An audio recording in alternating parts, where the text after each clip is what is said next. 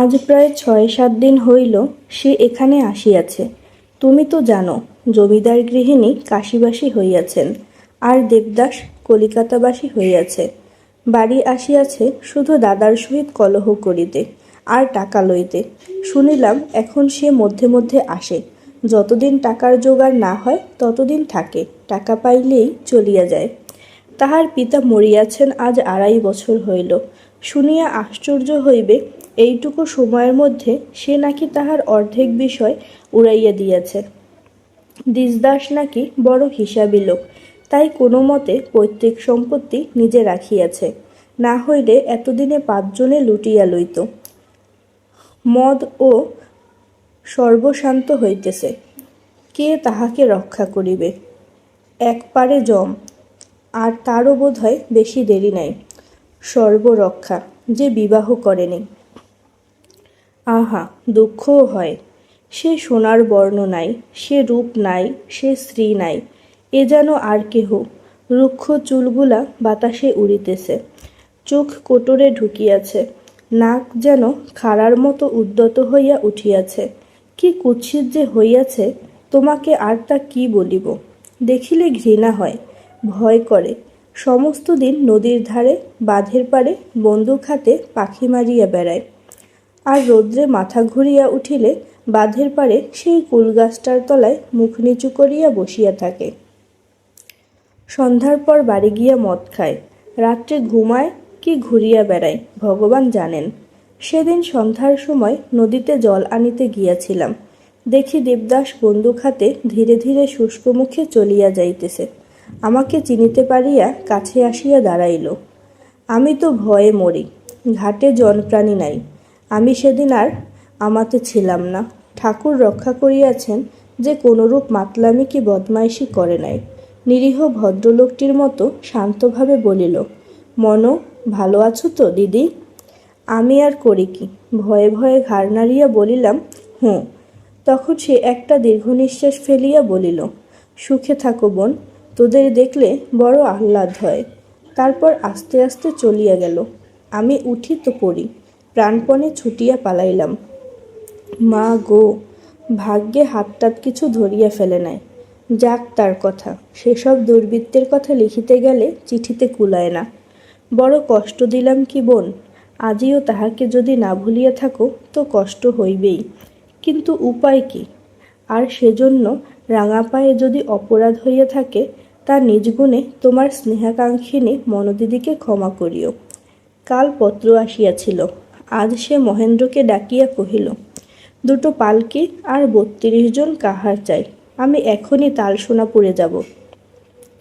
মহেন্দ্র আশ্চর্য হইয়া প্রশ্ন করিল, পালকি বিহারা আনিয়ে দিচ্ছি, কিন্তু 2টো কেন মা? পার্বতী কহিল, তুমি সঙ্গে যাবে বাবা, পথে যদি মরি মুখে আগুন দেবার জন্য বড় ছেলেকে প্রয়োজন। মহেন্দ্র আর কিছু কহিল না।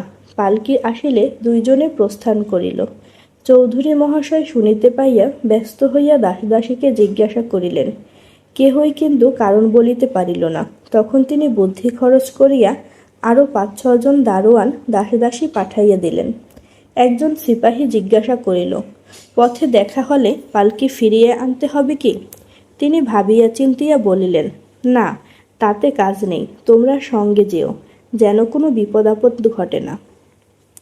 সেই দিন সন্ধ্যার পর পালকি 2টা তালসোনাপুরে পৌঁছিল, কিন্তু দেবদাস গ্রামে নাই।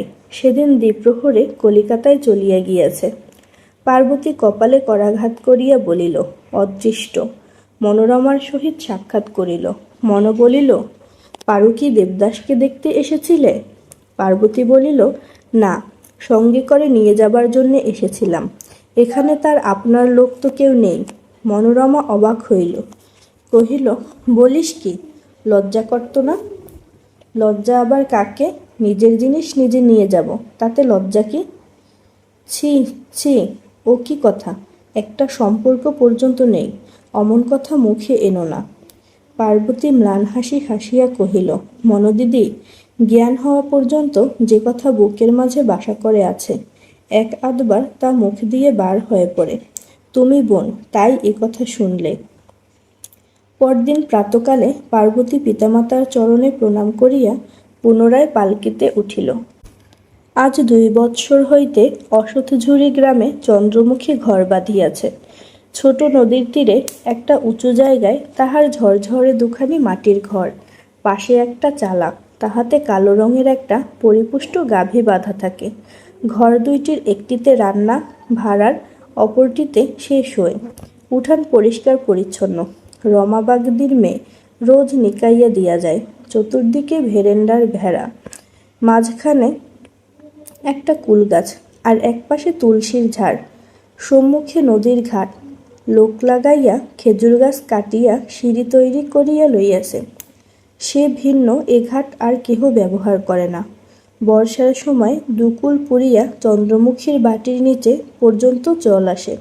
গ্রামের লোক ব্যগ্র হইয়া কোদাল লইয়া ছুটিয়া আসে, নিচে মাটি ফেলিয়া উঁচু করিয়া দিয়া যায়। এই গ্রামে ভদ্রলোকের বাস নাই। চাষা, গোয়ালা, বাগদি, দুঘর কলু, আর গ্রামের শেষে ঘর 2 মুচির বাস। চন্দ্রমুখী এই গ্রামে আসিয়া দেবদাসকে সংবাদ দেয়। উত্তরে সে আরও কিছু টাকা পাঠাইয়া দেয়। এই টাকা চন্দ্রমুখী গ্রামের লোককে ধার দেয়। বিপদে আপদে সবাই তাহার কাছে ছুটিয়া আসে।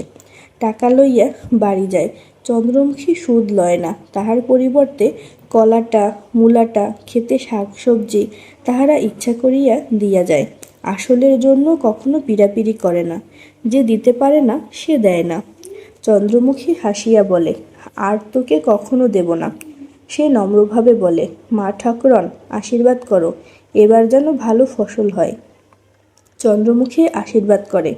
আবার হয়তো ভালো ফসল হয় না, খাজনার তাগাদা পড়ে। আবার আসিয়া হাত পাতিয়া দাঁড়ায়। চন্দ্রমুখী আবার দেয়। মনে মনে হাসিয়া বলে, তিনি বাঁচিয়া থাকুন, আমার টাকার ভাবনা কি। কিন্তু তিনি কোথায়? প্রায় 6 মাস হইল, সে কোনো সংবাদ পায় নাই। চিঠি লিখিলে জবাব আসে না, রেজিস্ট্রি করিয়া দিলে ফিরিয়া আসে। এক ঘর গয়লাকে চন্দ্রমুখী নিজের বাটির কাছে বসাইয়াছে। তাহার পুত্রের বিবাহে 10.5 গণ্ডা টাকা পণ দিয়াছে, একজোড়া লাঙ্গল কিনিয়া দিয়াছে। তাহারা সপরিবারে চন্দ্রমুখীর আশ্রিত এবং নিতান্ত অনুগত। একদিন সকালবেলা চন্দ্রমুখী ভৈরব গয়লাকে ডাকিয়া কহিল, ভৈরব, তালসোনাপুর এখান থেকে কত দূর জানো? ভৈরব চিন্তা করিয়া কহিল, 2 মাঠ পার হলেই কাছারে। চন্দ্রমুখী প্রশ্ন করিল, সেখানে বুঝি জমিদার থাকেন? ভৈরব কহিল, হাঁ, তিনি মুলুকের জমিদার। এ গাঁও তার। আজ 3 বছর হল তিনি স্বর্গে গিয়েছেন। যত প্রজা 1 মাস ধরে সেখানে নুচিমন্ডা খেয়েছিল। এখন তার 2 ছেলে আছে, মস্ত বড়লোক, রাজা। চন্দ্রমুখী কহিল, ভৈরব, আমাকে সেখানে নিয়ে যেতে পারো? ভৈরব বলিল, কেন পারব না মা, যেদিন ইচ্ছা চলো। চন্দ্রমুখী উৎসুক হইয়া বলিল, তবে চলো না কেন ভৈরব, আমরা আজই যাই। ভৈরব বিস্মিত হইয়া কহিল, আজই? তারপর চন্দ্রমুখীর মুখের প্রতি লক্ষ্য করিয়া বলিল, তাহলে মা তুমি শিগগির রান্না করে নাও, আমিও 2 মুড়ি বেঁধে নেই। চন্দ্রমুখী বলিল, আমি আর রান্না করব না ভৈরব, তুমি মুড়ি বেঁধে নাও। ভৈরব বাড়ি গিয়া কিছু মুড়ি ও গুড় চাদরে বাঁধিয়া কাঁধে ফেলিল। একগাছা লাঠি হাতে লইয়া ক্ষণকাল পরে ফিরিয়া আসিয়া বলিল, তবে চলো, কিন্তু তুমি কিছু খাবে না মা? চন্দ্রমুখী বলিল, না ভৈরব, আমার এখনো পূজা আহ্নিক হয়নি, যদি সময় পাই তো সেখানে গিয়ে ওসব করব। ভৈরব আগে আগে পথ দেখাইয়া চলিল। পিছনে চন্দ্রমুখী বহু কষ্টে আলের উপর দিয়া চলিতে লাগিল। অনভ্যস্ত কোমল পা দুটি ক্ষতবিক্ষত হইয়া রক্তাক্ত হইল। রৌদ্রে সমস্ত মুখ আরক্ত হইয়া উঠিল। স্নানাহার কিছুই হয় নাই। তবু চন্দ্রমুখী মাঠের পর মাঠ পার হইয়া চলিতে লাগিল।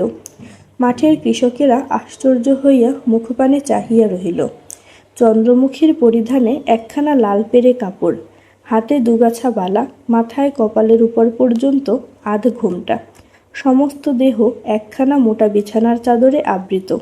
সূর্যদেবের অস্ত যাইতে যখন আর অধিক বিলম্ব নাই, সেই সময়ে 2 জনে গ্রামে আসিয়া উপস্থিত হইল। চন্দ্রমুখী ঈষৎ হাসিয়া কহিল, ভৈরব, তোমার 2 মাঠ এতক্ষণে কি শেষ হলো?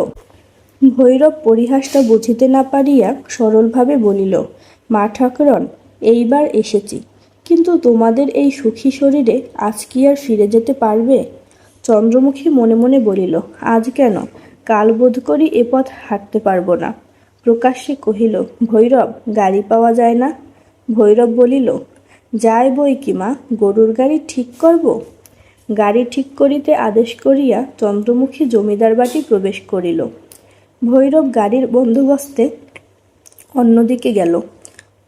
অন্দরে উপরের বারান্দায় বড় বউ আজকাল জমিদার গৃহিণী বসিয়াছিলেন। একজন দাসী সেইখানে চন্দ্রমুখীকে লইয়া উপস্থিত করিল।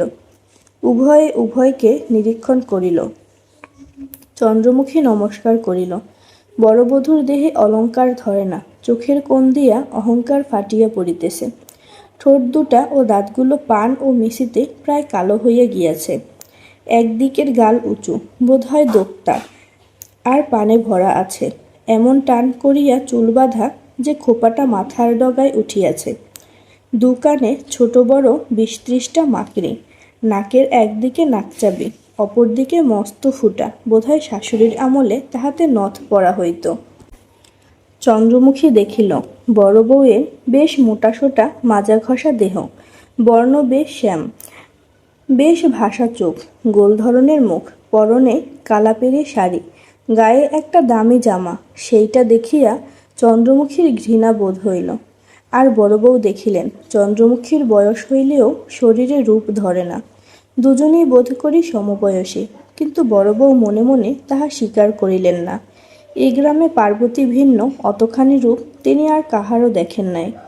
আশ্চর্য হইয়া জিজ্ঞাসা করিলেন, তুমি কে গা? চন্দ্রমুখী কহিল, আমি আপনারই একজন প্রজা, কিছু খাজনা বাকি পড়েছে, তাই দিতে এসেছি। বড় বউ মনে মনে খুশি হইয়া বলিলেন, তা এখানে কেন, কাছারি বাড়ি যাও না। চন্দ্রমুখী মৃদু হাসিয়া কহিল, মা, আমরা দুঃখী মানুষ, সব খাজনা তো দিতে পারি নে। শুনেছি আপনার বড় দয়া, তাই আপনার কাছেই এসেছি, দয়া করে কিছু মাপ করে দেন। এরূপ কথা বড় বউ জীবনে এই প্রথম শুনিলেন। তার দয়া আছে, খাজনা মাপ করিতে পারেন, কাজেই চন্দ্রমুখী একেবারে প্রিয় পাত্রী হইয়া পড়িল। বড় বউ কহিলেন, তা বাছা, দিনের মধ্যে এমন কত টাকা আমাকে ছেড়ে দিতে হয়, কত লোক আমাকে ধরে, আমি না বলিতে পারি না। এজন্য কর্তা আমার উপর কত রাগ করেন। তা তোমার কত টাকা বাকি পড়েছে? বেশি নয় মা, মোটে ২ টাকা, কিন্তু আমাদের কাছে তাই যেন পাহাড়। সমস্ত দিন আজ পথ চলে এসেছি। বড় বউ কহিলেন, আহা, তোমরা দুঃখী লোক, আমাদের দয়া করাই উচিত। ও বিন্দু, একে বাইরে নিয়ে যা, দেওয়ান মশাইকে আমার নাম করে বলে দে, যেন ২ টাকা মাপ করা হয়। তা বাছা, তোমার বাড়ি কোথায়? চন্দ্রমুখী বলিল, আপনারই রাজত্বে, ওই অশথঝুরি গায়ে। আচ্ছা মা, কর্তারা এখন দোষরিক না? বড় বউ বলিলেন, পোড়া কপাল, ছোট শরিক আর কি আছে? ২ দিন পরে আমারই সব হবে। চন্দ্রমুখী উদ্বিগ্ন হইয়া জিজ্ঞাসা করিল, কেন মা, ছোটবাবুর বুঝি ধার কর্জ? বড় বউ ঈষৎ হাসিয়া বলিলেন, আমার কাছে সব বাধা, ঠাকুরপো একেবারে বয়ে গেছে। কলকাতায় মদ এই নিয়েই আছে, কত টাকা উড়িয়ে দিলে তার কি আদি অন্ত আছে? চন্দ্রমুখীর মুখ শুকাইল, একটু থামিয়া জিজ্ঞাসা করিল, হাঁ মা, ছোটবাবু কি তাহলে বাড়িও আসেন না? বড় বউ বলিলেন, আসবে না কেন, যখন টাকার দরকার হয় আসে, ধার করে, বিষয় দেয়, চলে যায়। এই মাস ২ হলো, এসে ১২,০০০ টাকা নিয়ে গেছে। বাঁচবার আকারও নেই, গাময় কুৎসিত রোগ জন্মেছে, ছি ছি। চন্দ্রমুখী শিহরিয়া উঠিল, মলিন মুখে জিজ্ঞাসা করিল, তিনি কলকাতায় কোথায় থাকেন? বড় বউ কপালে একটা করাঘাত করিয়া হাসি মুখে কহিলেন, পোড়া দশা, তা কেউ কি জানে? কোথায় কোন হোটেলে খায়, যার তার বাড়িতে পড়ে থাকে, সেই জানে, আর জম জানে। চন্দ্রমুখী সহসা উঠিয়া দাঁড়াইয়া বলিল, আমি যাই। বড় বউ একটু আশ্চর্য হইয়া কহিলেন, যাবে? ওরে ও বিন্দু! চন্দ্রমুখী বাধা দিয়া বলিল, থাক মা, আমি আপনিই কাছারিতে যেতে পারব, বলিয়া ধীরে ধীরে চলিয়া গেল। বাটির বাহির হইয়া দেখিল, ভৈরব অপেক্ষা করিয়া আছে, গোশকট প্রস্তুত। সেই রাত্রে চন্দ্রমুখী বাটি ফিরিয়া আসিল। সকালবেলা ভৈরবকে আবার ডাকিয়া কহিল, ভৈরব, আমি আজ কলকাতায় যাব। তুমি তো যেতে পারবে না, তাই তোমার ছেলেকে সঙ্গে নেব। কি বলো? তোমার ইচ্ছে, কিন্তু কলকাতায় কেন মা? বিশেষ কোনো কাজ আছে কি? হ্যাঁ ভৈরব, বিশেষ কাজ আছে। আবার কবে আসবে মা? সে কথা বলতে পারি নে ভৈরব। হয়তো শীঘ্র ফিরে আসব, হয়তো বা দেরি হবে। আর যদি না আসি, এসব ঘরবাড়ি তোমার রইল। প্রথমে ভৈরব অবাক হইয়া গেল, তাহার পর তাহার দু চোখ জলে ভরিয়া গেল। কহিল, ও কি কথা মা? তুমি না এলে এ গায়ের লোক যে কেউ বাঁচবে না। চন্দ্রমুখী সজল চক্ষে মৃদু হাসিয়া বলিল, সে কি ভৈরব, আমি 2 বছর হলো এখানে এসেছি। তার পূর্বে কি তোমরা বেঁচে ছিলে না? ইহার উত্তর মূর্খ ভৈরব দিতে পারিল না, কিন্তু চন্দ্রমুখী অন্তরে সমস্তই বুঝিল। ভৈরবের ছেলে কেবলা শুধু সঙ্গে যাইবে। গাড়িতে আবশ্যক দ্রব্যাদি বোঝাই করিয়া উঠিবার সময় পাড়ার মেয়েপুরো সবাই দেখিতে আসিল। দেখিয়া কাঁদিতে লাগিল। চন্দ্রমুখীর নিজের চোখেও জল ধরে না। ছাই কলিকাতা, দেবদাসের জন্য না হইলে কলিকাতার রানীগিরি পাইবার জন্যও চন্দ্রমুখী এত ভালোবাসা তুচ্ছ করিয়া যাইতে পারিত না। পরদিন সে ক্ষেত্রমণির বাটিতে আসিয়া উপস্থিত হইল। তাহার পূর্বের বাসাতে এখন অন্য লোক আসিয়াছে। ক্ষেত্রমণি অবাক হইয়া গেল। দিদি যে, কোথায় ছিলে এতদিন?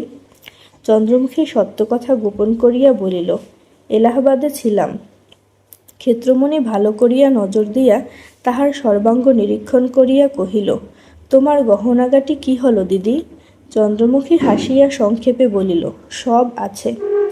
সেই দিন মোদির সহিত দেখা করিয়া কহিল, দয়াল, কত টাকা আমি পাব? দয়াল বিপদে পড়িল। তা বাছা, প্রায় 60-70 টাকা। আজ না হোক 2 দিন পরে দেব। তোমাকে কিছুই দিতে হবে না, যদি আমার কিছু কাজ করে দাও। কি কাজ? 2 দিন খাটতে হবে এই মাত্র। আমাদের পাড়ায় একটা বাড়ি ভাড়া করবে, বুঝলে? দয়াল হাসিয়া বলিল, বুঝেছি বাছা। ভালো বাড়ি, বেশ ভালো বিছানা, বালিশ চাদর, আলো, ছবি, 2টো চেয়ার, একটা টেবিল, বুঝলে? দয়াল মাথা নাড়িল। আরশি, চিরুনি, রং করা 2 জোড়া কাপড়, গায়ের জামা, আর ভালো গিল্টির গয়না কোথায় পাওয়া যায় জানো? দয়াল মুদি ঠিকানা বলিয়া দিল। চন্দ্রমুখী কহিল, তবে তাও 1 সেট ভালো দেখে কিনতে হবে। আমি সঙ্গে গিয়ে পছন্দ করে নেব। তারপর হাসিয়া কহিল, আমাদের যা চাই জানো তো সব, একজন ঝিও ঠিক করতে হবে। দয়াল কহিল, কবে চাই বাছা?